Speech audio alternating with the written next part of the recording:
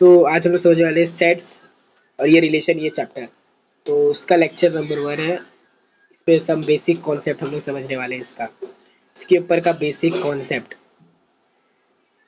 इस पर हम लोग जानेंगे सेट्स क्या होता है और सेट्स के कितने टाइप्स होते हैं, फिर उसके कितने टाइप्स होते हैं, सेट्स को कैसे रिप्रेजेंट किया जा सकता है, ये सब हम लोग जानने वाले हैं।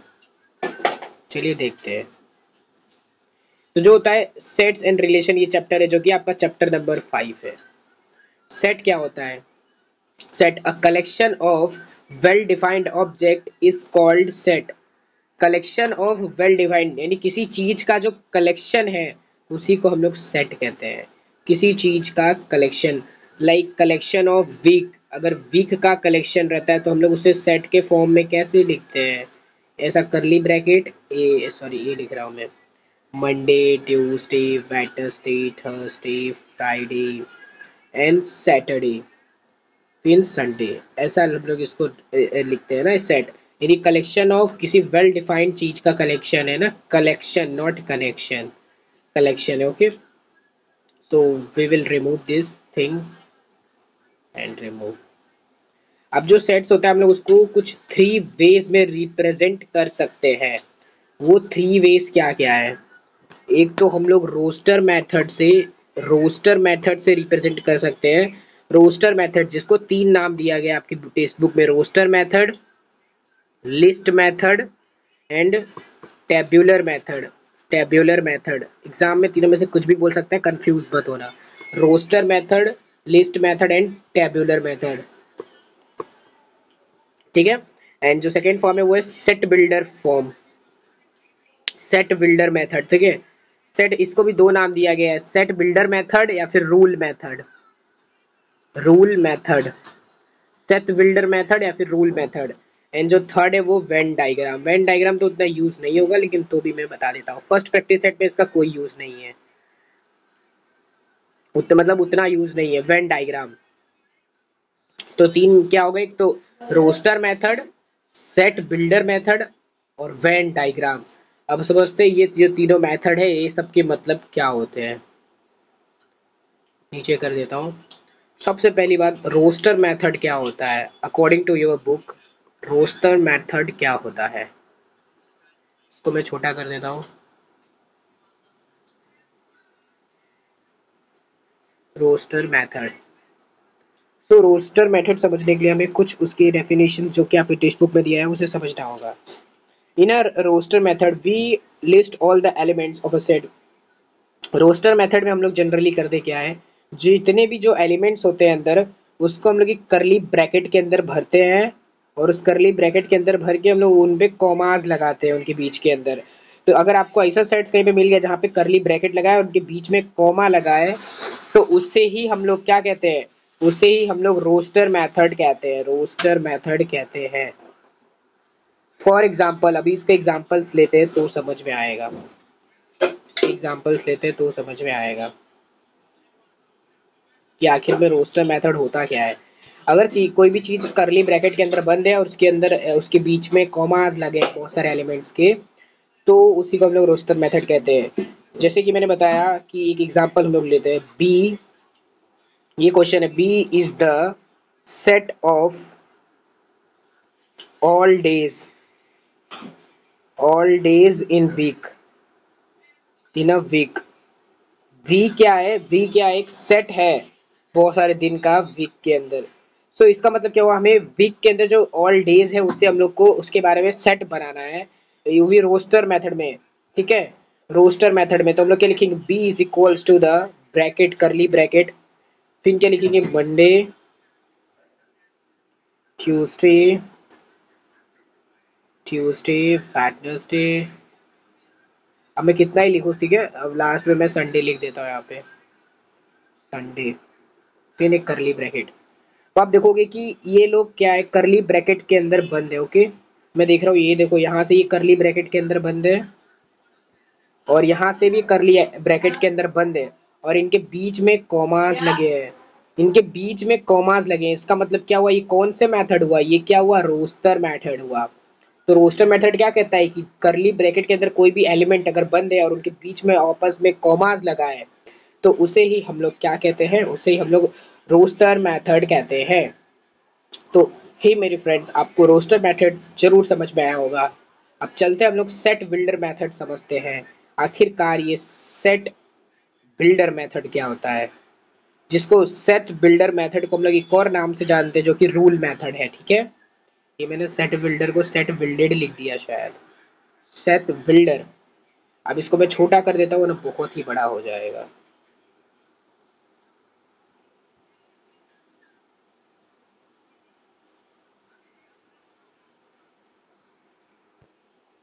चलते हैं हम लोग सेट बिल्डर मेथड समझते हैं। मैं आपके टेक्स्ट बुक का पेज पलटता हूँ, पेज नंबर 87, अब पेज नंबर 88 पे आता हूँ। तो इसमें सेट बिल्डर मेथड के बारे में सुनो क्या बताया गया है। In a set builder method we describe the elements of a set by specifying the property which determine the element of set uniquely. यानी कि इसके अंदर हम लोग करली ब्रैकेट जरूर यूज करेंगे, करली ब्रैकेट से जरूर उसको डिफाइन करेंगे, बट इसका मेन रोल क्या है कि हम लोग इसमें लिख कर डिस्क्राइब करेंगे उसकी प्रॉपर्टीज को। हम लोग उसको यूनिकली एकदम लिख कर डिटरमाइन करेंगे। तो फर्स्ट फॉर एग्जांपल, अभी मैं एग्जांपल आपको लेके दिखाता हूँ जिससे आपको समझ में आएगा। ठीक है, अगर हम लोग बोलते हैं कि मंथ ऑफ ईयर, यानी कि सॉरी ईयर में कितने मंथ होते हैं, अगर हम लोग को उसको डिस्क्राइब करना है, तो अगर हम लोग उसको किसके फॉर्म में, अगर हम लोग उसको कौन सा, अभी हम लोगों ने इसके पहले कौन सा मेथड पढ़ा, अभी हम लोगों ने रोस्टर मेथड। अगर हम लोग उसको रोस्टर मेथड में अगर हम लोग इसको डिस्क्राइब करेंगे तो देखो क्या होगा। मंथ ऑफ ईयर को जनवरी, फरवरी, मार्च, ओके, ये कुछ ऐसा डिस्क्राइब होते जाएगा और ये कहाँ तक जाएगा, दिसंबर तक। और इनके बीच में कुछ कॉमास लगे रहेंगे करली ब्रैकेट के अंदर। तो ये हम लोग क्या बोलेंगे कि ये क्या है, रोस्टर मेथड है। इससे हमें समझ में है कि ये रोस्टर मेथड है। अब इसी का हम लोग को सेट बिल्डर फॉर्म में कन्वर्ट करना है। तो देखो क्या होगा, y is equals to the, set builder form में देखो क्या होगा, y is equals to the x such that, इसमें सच डेट, इसका मतलब क्या है, such that, x such that x is a month of year, x is a month, x is a month of year, x क्या है, एक month है year का, कुछ मंथ है ईयर का। अब यहाँ पे एक और करली ब्रैकेट, देखो इसके अंदर कॉमास आए क्या, अगर कॉमास आ जाते तो ये भी रोस्टर मेथड में चले जाता, पर इसके अंदर कॉमास नहीं, इसको एक सेपरेटिकली एक सेंटेंस में बताया गया, यूनिकली एकदम यूनिक तरीके से। तो इसीलिए हम लोग इस मेथड को सेट बिल्डर मेथड कहते हैं। सेट बिल्डर मेथड में हम लोग रोस्टर मेथड की तरह कॉमास यूज नहीं करते, इसके अंदर हम लोग उस सेंटेंस को डिस्क्राइब करते हैं। जैसे कि इसके अंदर जनवरी, फरवरी, मार्च पूरा लिख कर दिया था, मेहनत ज्यादा है। इसके अंदर हम लोगों ने क्या किया कि सारे मंथ को जनरली एक्स हम लोगों ने क्या किया, कंसीडर किया, फिर क्या बोल दिया, x such that x is a month of year, और सीधा बता दिया कि मंथ ऑफ ईयर है। तो समझ जाओ आप क्या क्या हो सकता है, एक्स जनवरी हो सकता है, फरवरी, मार्च, अप्रैल, मई, जून, ऐसे पूरे दिसंबर तक हो सकता है। तो आई होप आपने सेट बिल्डर मेथड भी अच्छे तरीके से, क्लियर तरीके से समझ लिया है। तो मैं इसे रफ कर देता हूँ। ये हो गया आपका सेट बिल्डर मेथड। अब है आपका वेन डायग्राम। अब देखो वेन डायग्राम क्या कहता है, वेन डायग्राम, ये सब मुझे आई थिंक आप लोगों ने नाइन्थ में पढ़ा होगा, नाइन्थ में पढ़ा होगा, उसके बाद आपने टेंथ में भी पढ़ा होगा जाकर। ये नाइन्थ और टेंथ वेन डायग्राम के बारे में समझते हैं। सो इसमें क्या बोला गया आपके, इसमें क्या डेफिनेशन दिया है, the pictorial representations of a set is called Venn diagram. एक पिक्चर के तरीके से हम लोग जब किसी सेट को रिप्रेजेंट करते हैं, एक पिक्चर की तरीके से, ठीक है, एक पिक्चर की तरीके से जब हम लोग किसी सेट को रिप्रेजेंट करते हैं, ओके, किसी सेट, चलो वापस से समझते हैं वेन डायग्राम क्या होता है, वो मम्मी ने थोड़ा डिस्टर्ब कर दिया था। तो वेन डायग्राम क्या होता है कि हम लोग किसी भी सेट को अगर पिक्चर के जैसा रिप्रेजेंट करते हैं, पिक्चर की तरह रिप्रेजेंट करते हैं, तो उसे हम लोग वेन डायग्राम कहते हैं। तो उसे ही हम वेन डायग्राम कहते हैं। चलिए देखते हैं अब वेन डायग्राम को कैसे यूज किया जाता है, इस मेथड को कैसे यूज्ड किया जाता है। और ये जो वेन डायग्राम है, ये वेन इसलिए नाम दिया क्योंकि इसको जो जिसने प्रपोज किया था, जिसने दिया था, उसका नाम खुद था जॉन वेन, उसका नाम था जॉन वेन, तो उसने जॉन वेन अपना सरनेम ही दे दिया लगता है। हम लोग को क्या, हम लोग को तो पढ़ने से मतलब है। वी कैन यूज, इसके अंदर हम लोग क्या, इसको हम लोग कैसे कैसे तरीके से रिप्रेजेंट कर सकते हैं, ओवल के शेप में, स्क्वायर के शेप में, ट्रायंगल के शेप में, बहुत मजेदार है। हाँ, इसको समझते हैं। हाँ, वेन डायग्राम को हम लोग ये 3 वेज में रिप्रेजेंट कर सकते हैं। हम लोग या तो इनको सर्कल या ओवल के वेव में, यानी ओवल या फिर सर्कल बोलो, फिर इनको हम लोग रेक्टेंगल या फिर स्क्वायर के या फिर ट्रायंगल के वेज में रिप्रेजेंट कर सकते हैं। ठीक है। और अगर आपको मेरे पढ़ाई की पढ़ाने का तरीका अगर अच्छा लग रहा होगा यार, तो प्लीज़ कमेंट एक जरूर करना। जिससे सब्सक्राइब नहीं करोगे चलेगा, मुझे मत करो। कमेंट करोगे तो मुझे ऐसा लगेगा कि आपको और वीडियो की ज़रूरत है। नहीं करोगे तो ऐसा लवारिस जैसा वीडियो बनाऊंगा, ना ही कमेंट आती है ना ही व्यूज़ आती है, तो फिर आगे बनाने का मन ही नहीं करता है। तो ये है आपका वेन डायग्राम। ठीक है। अब वेन डायग्राम ये मैं रफ कर देता हूँ सबसे पहली बात तो। और जो मैं लिख कर दे रहा हूँ शायद आप लोग, आई होप आप लोग अपने नोटबुक में नोट कर रहे होंगे। बहुत लोग के स्कूल में ये चालू हो चुका है और बहुत लोग के नहीं हुआ है, तो वो लोग का अच्छा चांस है कि वो लोग जब टीचर क्वेश्चन पूछेगी ना तो आप लोग फटफट आंसर देना। When diagram. अब देखो वेन डायग्राम में हम लोग एलिमेंट्स को कैसे हम लोग डिनोट करते हैं बेटा, चलिए देखते हैं। अगर हम लोग को एक कुछ क्वेश्चंस दिया है, A is equals to the 1 2 3, तो अब हम लोग इसे कैसे डिनोट करेंगे अपने वेन डायग्राम में, चलिए समझते हैं। अगर हमें इसको वोवेल शेप में डिनोट करना होगा तो मैं क्या लिखूंगा, अंदर अंदर एक एक गोला बनाऊंगा जिसमें मैं ए लिख दूंगा और बोल दूंगा इसमें 1 2 3 एलिमेंट्स थे, बस हो गया खत्म। या फिर ए अंदर लिख दूंगा फिर ए बाहर लिख दूंगा, हो गया खत्म, हो गया। ये वेन डायग्राम आपका। ठीक है। वेन डायग्राम वैसे भी अभी हम लोग को समझना नहीं, जब इसका यूज आएगा तो उसके पहले मैं आपको सिखा दूंगा। आपको मैंने सिंपली वेन डायग्राम का मतलब भी समझा दिया है क्या होता है, जो कि बहुत कम टीचर समझाते हैं। चलो अब हम लोग समझते हैं कि जो नंबर्स ऑफ सेट्स होते हैं, यानी टाइप्स ऑफ सेट्स की बात करते हैं। टाइप्स ऑफ सेट्स, सॉरी बच्चों।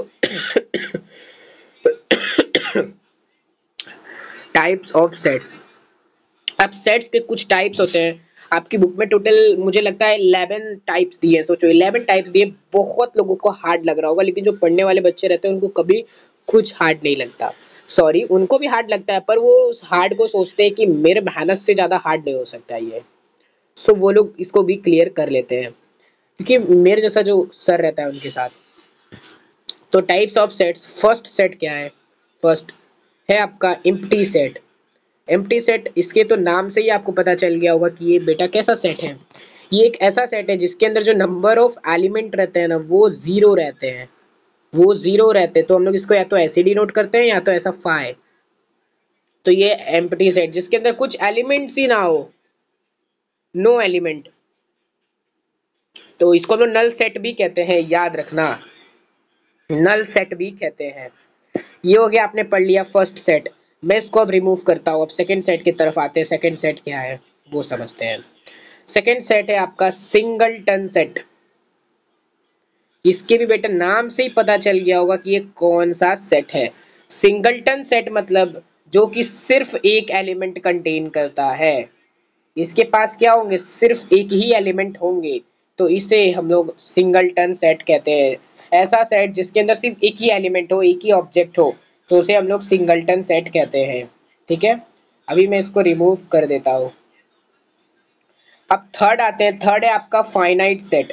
अब ये फाइनाइट सेट क्या होता है, इसके भी नाम से आपको पता चल जाएगा कि फाइनाइट सेट क्या होता है। फाइनाइट सेट मतलब एक ऐसे सेट होते हैं जिनको हम लोग, एक फाइनाइट है यानी कि हम लोग उनको गिन सकते हैं कि हम लोग उनको एक तरह गिन सकते हैं, मतलब वो कभी खत्म नहीं होते, ऐसा है। मतलब जो खत्म हो सकते हैं, सॉरी, जो खत्म हो सकते हैं। आपके डेफिनेशन कैसा दिया है, द एम्प्टी सेट और set which contains numbers of object is called finite set.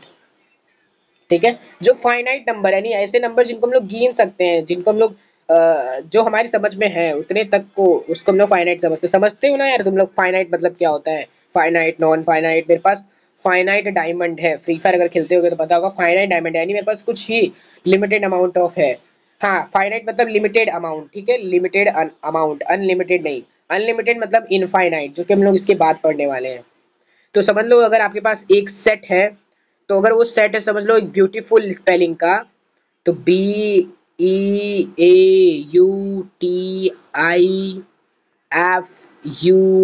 तो ये इसमें कुछ लिमिटेड अमाउंट ऑफ लेटर्स है ना जिनको हम लोग समझ सकते हैं। तो ये कौन सा सेट हुआ, ये कौन सा हुआ, फाइनाइट सेट हो गया। ठीक है। अब मैं इसको फाइनली रिमूव कर देता हूँ। अब इनफाइनाइट सेट पे समझते हैं। आज हम लोग बस टाइप्स ऑफ सेट तक ही बात करेंगे, फिर नेक्स्ट वीडियो में मैं आपके एक्सरसाइज को स्टार्ट कर दूंगा। अब इनफाइनाइट सेट समझते हैं। इनफाइनाइट सेट में क्या होता है कि इसमें इतने एलिमेंट रहते हैं, इतने एलिमेंट रहते हैं कि हम लोग उनको गिन ही नहीं पाते फ्रेंड्स, माय डियर फ्रेंड्स, हम लोग उनको गिन ही नहीं पाते। अनलिमिटेड अमाउंट ऑफ रहते हैं।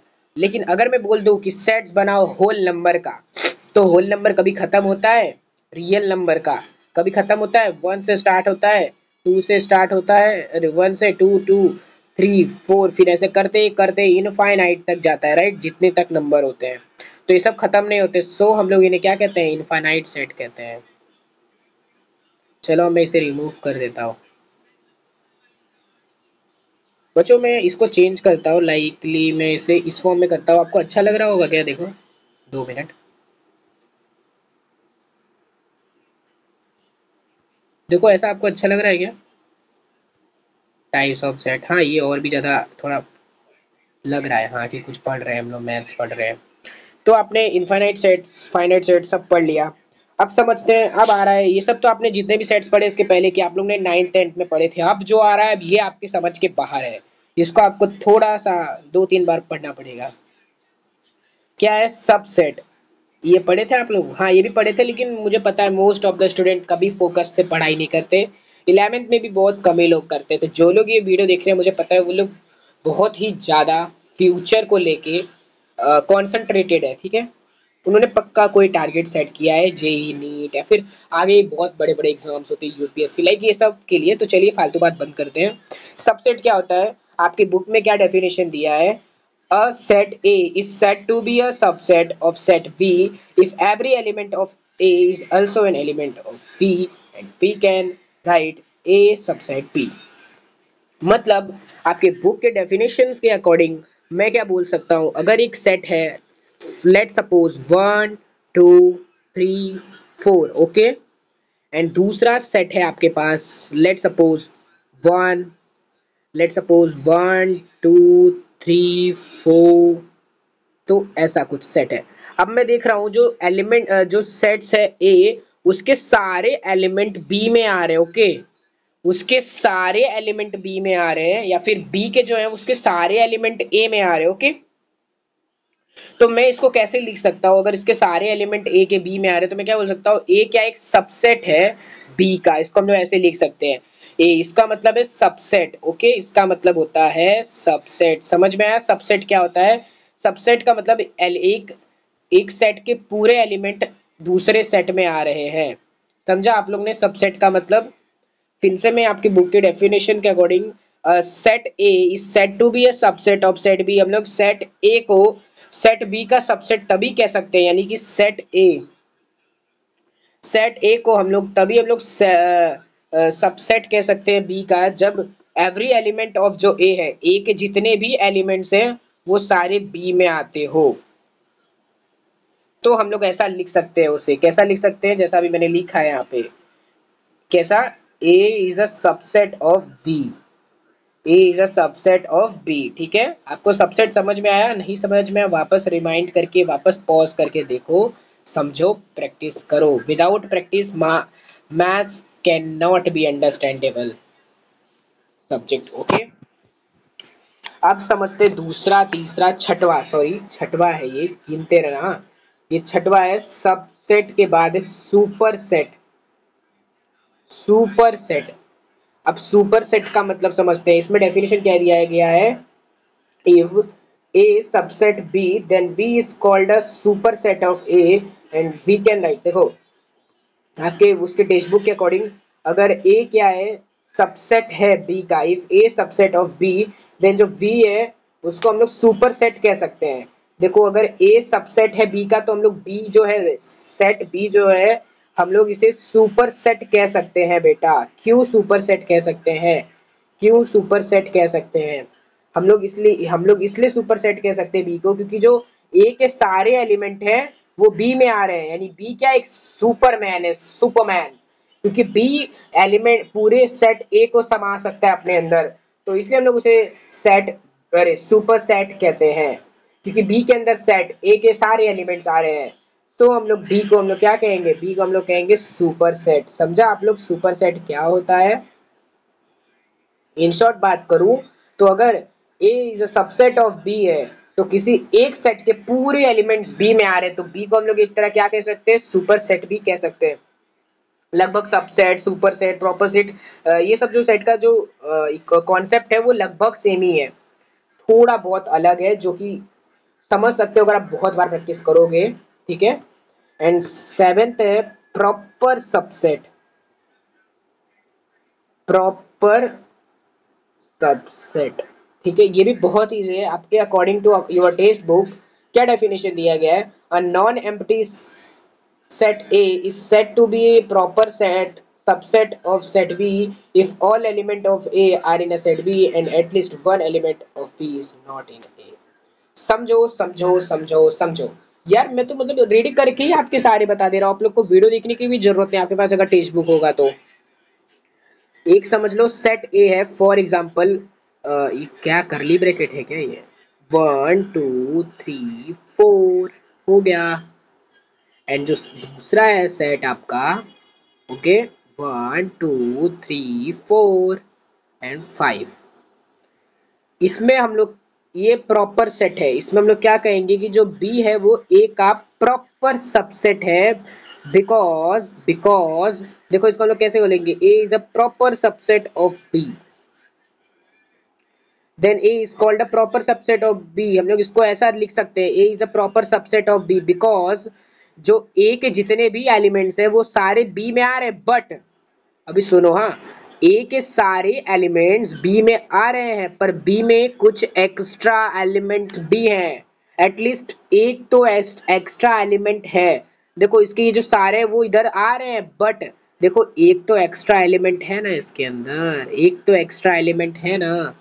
सो हम लोग इसे क्या कहेंगे, A is a subset of B, sorry मैं फिर से गलत बोल रहा हूँ, A is a proper subset of B. और हम लोग इसे कैसे लिख सकते हैं, इधर नीचे लाइन मत मार देना वरना फिर ये सबसेट बन जाएगा। प्रॉपर सबसेट में लाइन नहीं रहता है, तो हम लोग क्या बोलेंगे, A is a proper subset, proper subset of B. ठीक है, A is a proper subset of B. अब मैं फाइनली इसे भी रफ कर देता हूँ, देन और प्रॉपर सबसेट भी हो गया हमारा। एंड जो 8 नंबर पे आता है वो है पावर सबसेट। ठीक है, इस पावर सेट को हम लोग कैसे डिनोट करते हैं, जो कि आपके टेक्स्ट बुक में दिया गया है, P is equals to the A power subset. P का मतलब पावर। अगर एक कोई एग्जांपल है, जैसे कि मैंने अभी आपको दिया था ए बी, ठीक है, तो इसको हम लोग कितने पॉसिबल तरीकों से बेटा लिख सकते हैं, कितने पॉसिबल तरीकों से हम लोग ए को हम लोग ऐसा जीरो इंक्लूडिंग एम्प्टी, हाँ, यानी अगर कुछ नहीं है अंदर तो इसको हम लोग ऐसा भी लिख सकते हैं। इसमें मतलब कितने सेट बना सकते हैं, कितने सबसेट बना सकते हैं, इसको ऐसा भी बना सकते हैं हम लोग, इसको खाली बी डाल के ऐसा भी बना सकते हैं, और इसको हम लोग ए बी दोनों लिख कर ऐसा भी बना सकते हैं। तो इसके कुछ ये सारे पॉसिबल सबसेट हैं और हम लोग इससे हम लोग इतने सारे सेट्स बना सकते हैं। तो जिससे हम लोग इतने सारे सेट्स बना सकते हैं, ये सारे सेट्स किससे बनाए गए हैं, बस इससे बनाया गया है, इतने सारे 1 से 4।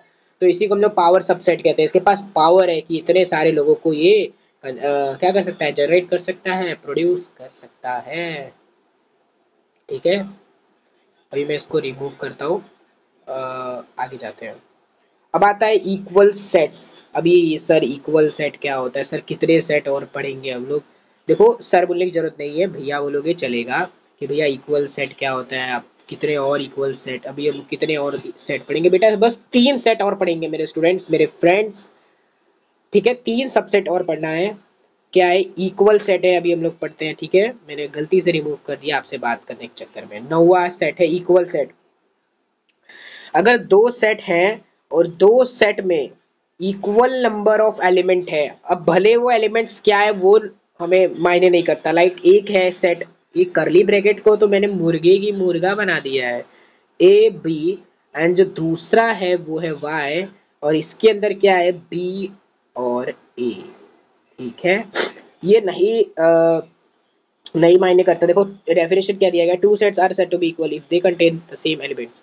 अगर वो सेम एलिमेंट्स कंटेन कर रहे हैं तो उन्हें हम इक्वल सबसेट कहते हैं, ठीक है।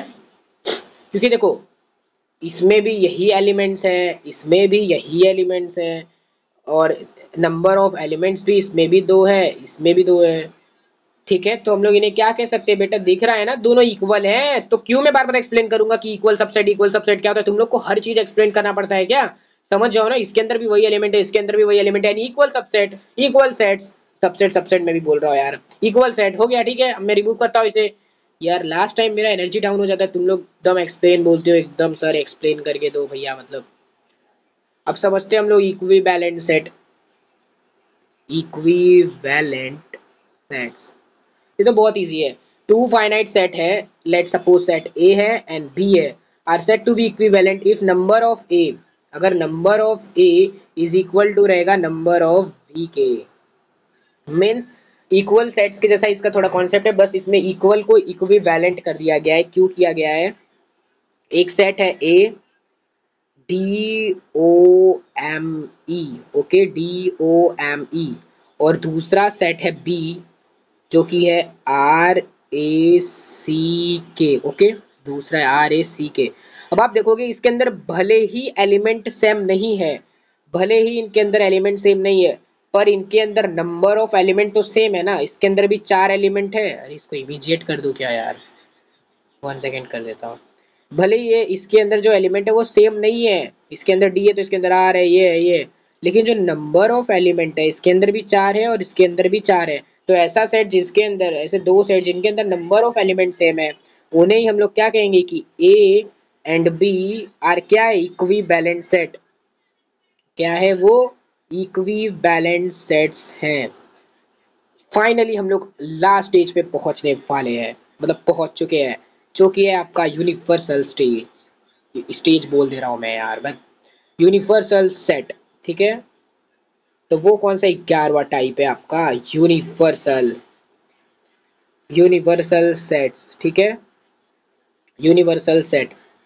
अब यूनिवर्सल सेट क्या होता है, if a particular discussions all sets under the considerations are a subset of a say n set, ये is called the universal set।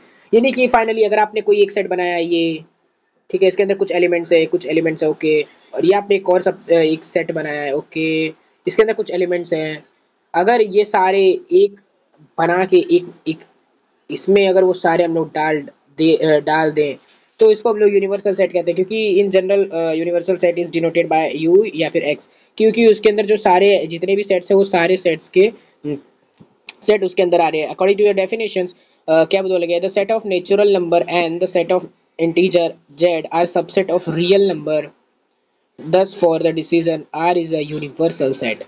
so R क्या एक यूनिवर्सल सेट है, क्योंकि जो इंटीजर्स हैं और जो नेचुरल नंबर है उनके अंदर जो नंबर आते हैं वही तो सारे रियल नंबर है, यानी रियल नंबर में वो दोनों आते हैं, यानी एक ऐसा सेट समझ लो, एक ऐसा सेट जिसके अंदर वो दोनों सेट, सेट ए के भी सारे एलिमेंट आते हैं, सेट बी के भी सारे एलिमेंट आते हैं, तो उसी को हम लोग क्या कहते हैं, उसी को हम लोग क्या कहते हैं, यूनिवर्सल सेट कहते हैं, ठीक है। और उसको हम लोग एक्स से डिनोट करते हैं। अब आप लेट सपोज आप सब समझ चुके होगे, आई होप, ठीक है। अगर अभी तक नहीं समझे हो तो वापस वीडियो को देखो, ठीक है। थैंक यू फॉर वॉचिंग मेरी वीडियो। और हाँ, अभी अगले वीडियो से हम लोग एक्सरसाइज नहीं स्टार्ट करेंगे, मैं बता देता हूँ, क्योंकि अभी एक और कॉन्सेप्ट है इंटरसेक्शन वाला, यूनियन वाला, ये सब का भी तो कॉन्सेप्ट है, ये भी तो आपको पढ़ना है, इतना जल्दी थोड़ी छुटकारा मिलेगा। दो ही एक्सरसाइज है पर दोनों मेन है। चलिए बाय बाय बाय।